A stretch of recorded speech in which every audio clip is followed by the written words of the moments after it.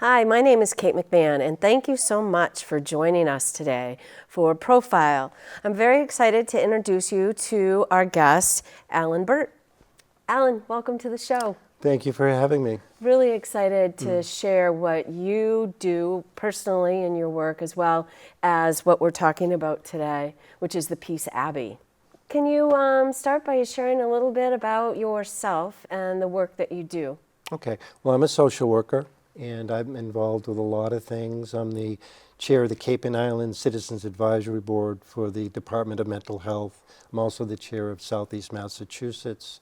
I'm a homeless advocate. I've created homeless programs. I'm a Quaker, and I'm very involved with the Peace Abbey, which is an organization. Their office is in Plymouth, and they provide all kinds of programs throughout the world to make people aware of peace work that's happening. And so what we're talking about today is the Native Land Reparation Pledge, which is a way of acknowledging that when the European settlers came to this land, which was called Turtle Island by the indigenous people that had lived there for 12,000 years, that we then changed to America, they had thousands of years of a developed culture, which was reflected in how they welcomed the European settlers.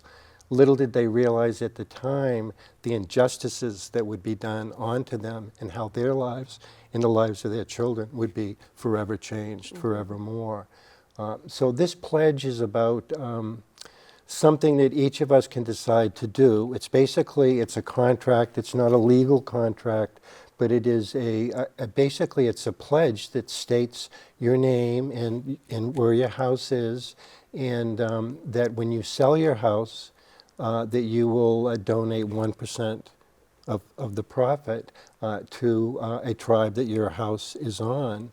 Again, it's not legally binding, but the hope is, a few people have done this already.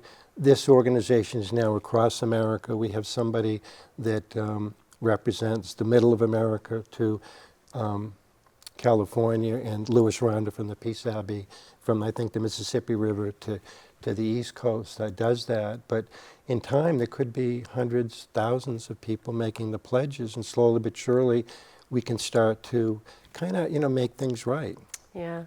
I had the honor of knowing and meeting a lot of tribal leaders. I grew up in Minnesota, went to school in Montana. My husband worked for 3 tribes when we lived in Washington State. And some of these tribal members were very impressive just because of the honor that they still carried forward with their tribes in spite of what happened historically when the European settlers arrived here. So it's quite impressive.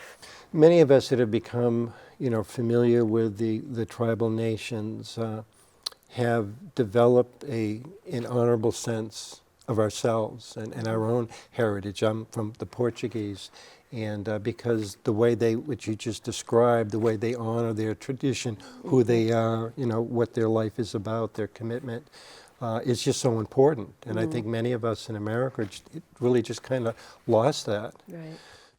Right now we have a government that seems so divided that we almost don't even know who we are. Yeah. So there is a lot to be learned. We have a beautiful education center at the East Sandwich Quaker Meeting House that has a whole history of the indigenous people, the Wampanoag in particular, that just tells the whole story of their journey. That's wonderful. I wasn't aware of that. That's very nice. Now, Peace Abbey, this is part of the mission of Peace Abbey. Is there anything else that you want to chat about in regards to the organization?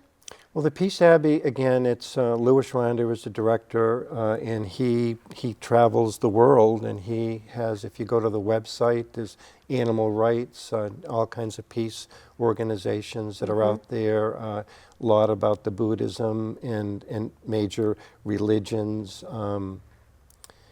And you just click onto the webpage and just see he's just devoted his life. And again, he started out with meeting Mother Teresa, who came to his school, and he gives an award, a Peace Abbey award, and she, I believe, was the first recipient of that. The Dalai Lama was a recipient, and there's a whole list of people, including Martin Luther King and others, that have been given this award. And it's just something, there's so much negativity in the world, and what Lewis has done with the Peace Abbey is he's highlighted the heroes towards, peace.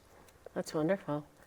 And this project, again, for our viewers today, they can find the pledge on your website. Correct. And it's easy to fill out. Right off of the web page, you can just type it all in, and they will they'll send that out to you, and it'll be there. And again, as it says at the very bottom, it's not legally binding. It's more ethically binding. And the hope is that when you sell your house, or maybe it goes to your children, that at some point when the house is sold, it's just maybe you've instilled in your children or descendants that this could be an important thing to do for the tribal people.